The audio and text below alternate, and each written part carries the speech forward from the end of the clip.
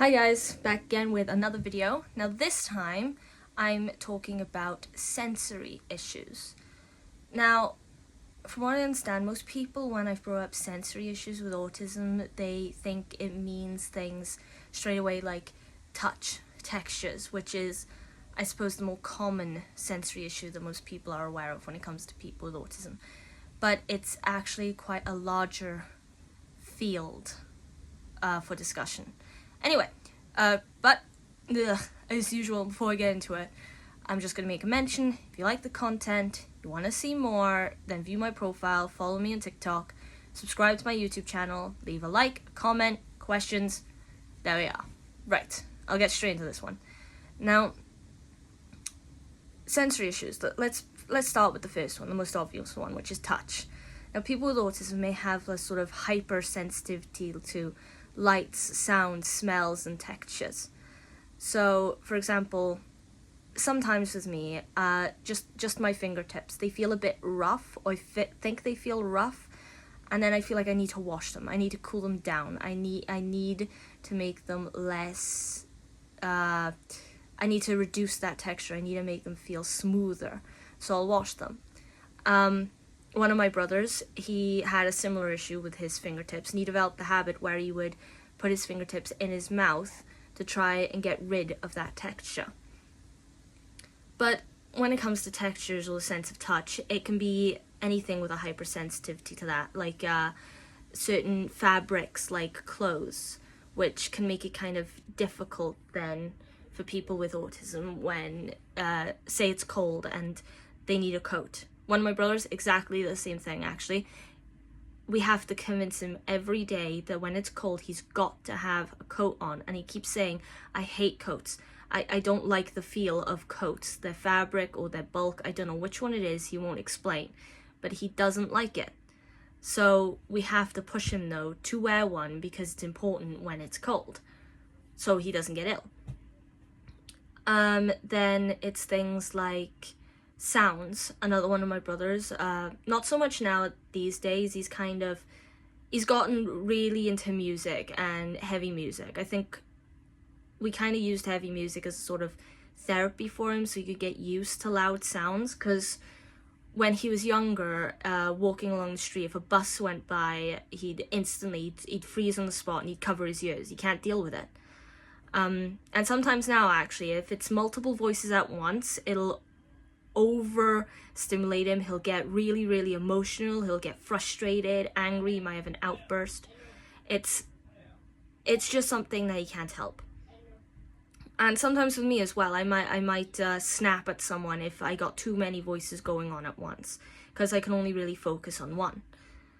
So, and with the sensory issues then, it can be really simple things even, like the tag inside a shirt might frustrate. I have that sometimes. If I put on a t-shirt and I can feel the tag on my back or on my neck, I can't wear it for long. I gotta get it off. I gotta change it right away.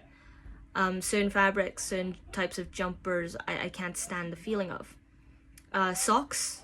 Socks are important. We need socks. And especially, again, when it's cold, I think especially when it's cold.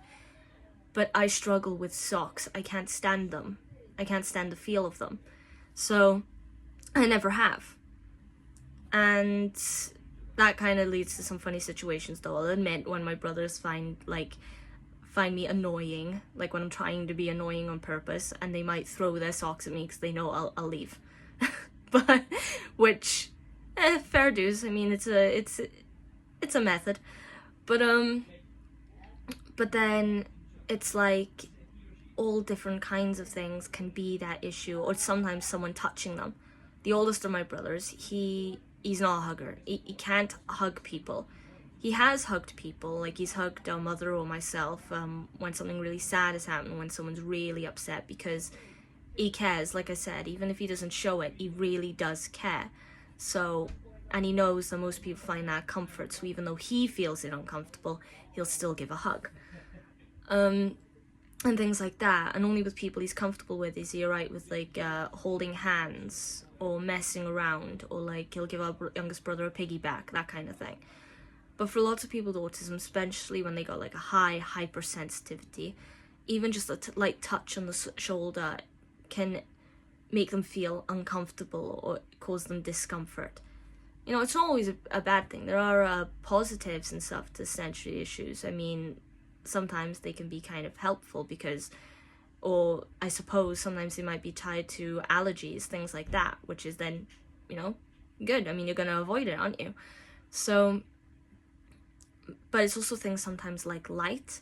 I can't stand it when it's too bright. I like it when it's a little dim, a little dark, and that led to jokes, you know, it'd be like in the mornings and stuff, I like it with the curtains closed, and then my dad might open the curtains and be like, "Be gone, vampire," and I'd be hissing at the light just for a laugh. But sensory stuff, like for me, I think it's things like socks and light and, like I said, the fingers. So it exists not just in people with a high functioning autism, but also people with lower functioning autism, though it might not be as obvious. And another thing, like chewing things, like biting things, that's something as well. I do that with pens, and my youngest brother, it used to be a nightmare with him because the finger thing used to bite his sleeves and he'd chew holes in them by accident. So yeah, these are like things to look out for. You know, maybe you have a habit like that and you think it's strange and you haven't tied it to anything, but it might be a sign of autism. But yeah, so sensory issues, you know, it's a big contributing factor, and if you have a high functioning autism, your reaction due to an overstimulation might be something like flapping your hands or making noises or becoming visibly distressed. But then there's also something called hyposensitivity, which is when someone with autism can't identify sensory environments, sensory touches or sounds and things like that. So someone could touch them and they won't notice it. They need a higher form of sense, like a strong smells or strong like touch or something, or a strong amount of noise might then cause stimulation, but otherwise they might not even be aware it's there. So I'll admit I hadn't even known about that till I went looking, and I was kind of curious about my own sensory issues, and then I found out about that.